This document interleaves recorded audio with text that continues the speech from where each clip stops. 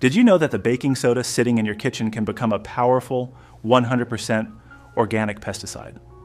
Today I'll show you how to make a simple homemade spray that fights common garden pests and fungal diseases naturally. This solution helps control aphids, mealybugs, thrips, mites, whiteflies, caterpillars, powdery mildew, black spot, rust, and more. And the best part? No harsh chemicals. Let's make it. First, take 1 liter of water in a spray bottle.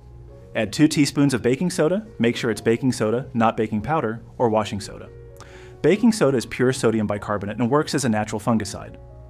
Next, add 1 teaspoon of neem oil. Neem oil is best, but you can substitute with vegetable or coconut oil if needed. Then add 10 drops of eco-friendly liquid soap. This helps the oil and water mix properly. Shake well before spraying. Before applying to the whole plant, always do a patch test on 1 leaf and wait a few hours to make sure it's safe. That's it. A simple, affordable, and organic way to protect your garden.